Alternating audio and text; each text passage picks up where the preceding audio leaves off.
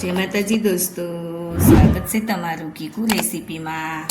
તો આજે આપણે બટેટા ભૂંગળાને ભૂલાવી દે તેવા એકદમ ટેસ્ટી, જોતા જ ખાવાનું મન થઈ જાય એવા મસાલા ભૂંગળા બનાવીશું।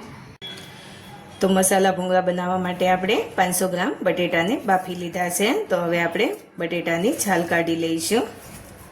આવી રીતે છાલ કાઢી લેવાની છે। આવી રીતે આપણે બધા બટેટાની છાલ કાઢી લઈશું।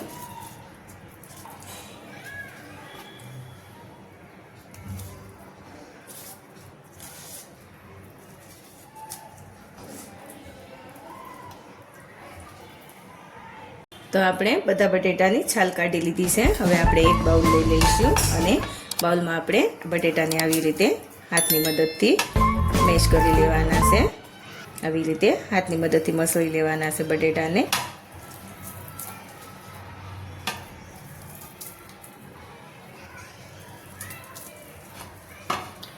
તો આપણે બધા બટેટાને આવી રીતે હાથની મદદથી મસળી લીધા છે। હવે થોડા મોટા ટુકડા હોય તો આપણે આવી રીતે હાથની મદદથી મેશ કરી લઈશું।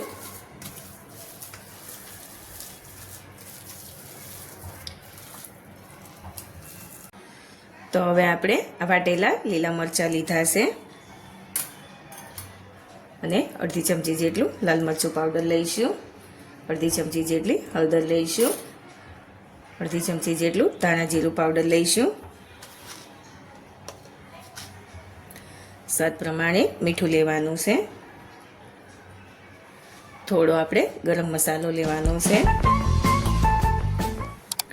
થોડો આપણે ચાટ મસાલો લઈશું। આ બધી વસ્તુ તમારા સ્વાદ પ્રમાણે લઈ શકાય છે। કોથમીરના પાન લઈશું, ઝીણા સમારેલા કોથમીરના પાન લીધેલા છે। અડધું આપણે લીંબુ નીચવી દઈશું।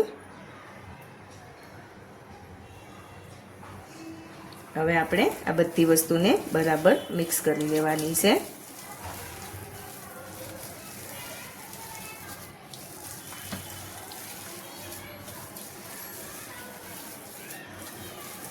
બરાબર મિક્સ કરી લેવાનું છે। એકદમ સારી રીતે બધું વસ્તુ બરાબર મિક્સ કરી લેવાની છે।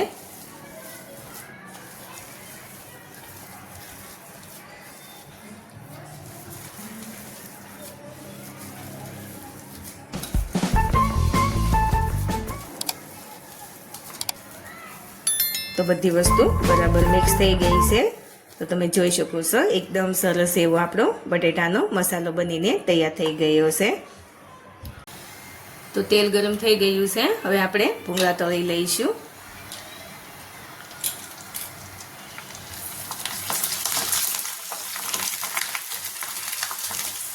એકદમ સરસ એવા આપણા ભૂંગળા તળાઈ ગયા છે। આપણે તેને લઈ લઈશું।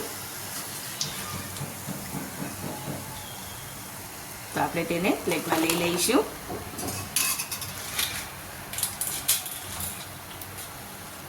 એવી રીતે આપણે બીજા ભૂંગળા પણ તળી લેવાના છે।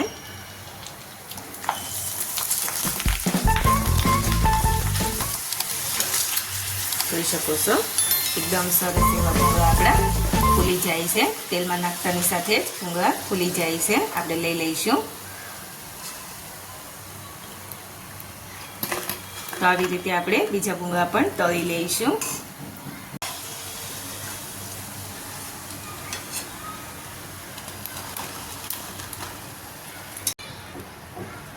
તો આપણે ભૂંગળા તળી લીધા છે અને મસાલો પણ તૈયાર છે। તો હવે આપણે મસાલા ભૂંગળા બનાવી લઈશું। તો હવે આપણે આ ભૂંગળું લેવાનું છે અને આ ભૂંગળાને આપણે આવી રીતે વચ્ચેથી કટ કરી લેવાનું છે। આવી રીતે બે ભાગમાં કટ કરી લેવાના છે ભૂંગળાને। એવી જ રીતે આપણે બીજું ભૂંગળું પણ લઈ લઈશું અને બીજા ભૂંગળાને પણ આવી રીતે કટ કરી લઈશું। આવી રીતે વચ્ચેની સાઈડથી કટ કરીને આપણે એક સરખા ભાગમાં કટ કરી લેવાના છે। એવી રીતે આપણે બધા ભૂંગળાને કટ કરી લેવાના છે। જોઈ શકો છો આવી રીતે કટ કરી લઈશું બધા ભૂંગળાને। તો હવે આપણે આ ભૂંગળામાં મસાલો ભરવાનો છે। તો આવી રીતે ભૂંગળામાં મસાલો ભરી દેવાનો છે। થોડો દબાવીને આપણે અંદર સુધી મસાલો જવા દેવાનો છે।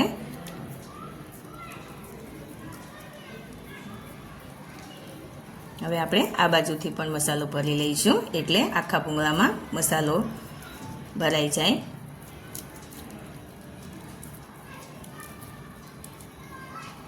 આવી રીતે મસાલો ભરી દેવાનો છે.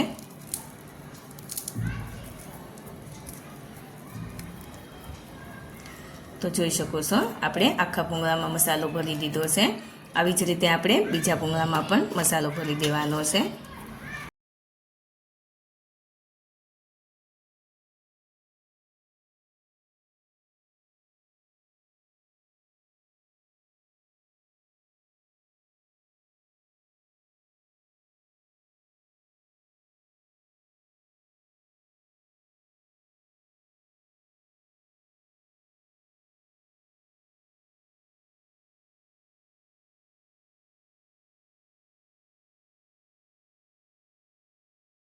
તો જોઈ શકો છો આપણે બધા ભૂંગળામાં મસાલો ભરી લીધો છે. હવે આપણે ભૂંગળાને આવી રીતે જેની સેવ લીધી છે આપણે જે ચાટની સેવ આવે એમાં આવી રીતે સેવ લગાવી દેવાની છે. તો જોઈ શકો છો બે બાજુ આપણે સરસ એવી સેવ લગાવી દીધી છે. તો એવી રીતે આપણે બધા ભૂંગળાને આવી રીતે બંને બાજુ સેવ લગાવી દેવાની છે. જોઈ શકો છો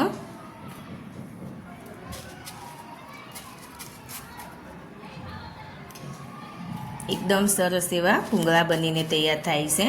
આપણે ભૂંગળા બટેટા તો ખાતા જોઈએ છીએ, તો આવી રીતે કંઈ નવી રીતે ભૂંગળાને મસાલાવાળા કરીને ખાઈએ તો એકદમ સરસ લાગે છે. આવી રીતે આપણે બધા જ ભૂંગળામાં સેવ લગાવી દેવાની છે. ભૂંગળા બટેકા ખાઈ ખાઈને કંટાળી ગયા હોઈએ તો આવી રીતે મસાલા ભૂંગળા બનાવીને ખાઈ શકાય છે. ખૂબ જ ઝડપથી બની જાય છે અને સ્વાદમાં એકદમ સરસ એવા લાગે છે. જોઈ શકો છો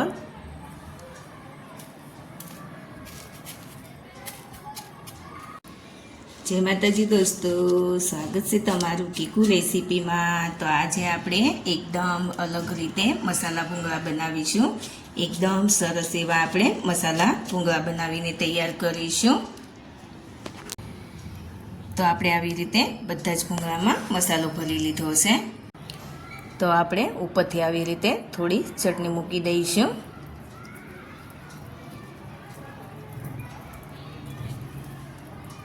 તો તૈયાર છે આપણા એકદમ સરસ એવા જોતાં જ ખાવાનું મન થઈ જાય એવા મસાલા ભૂંગળા. તમે જોઈ શકો છો કેટલા સરસ મસાલા ભૂંગળા બનીને તૈયાર થયા છે.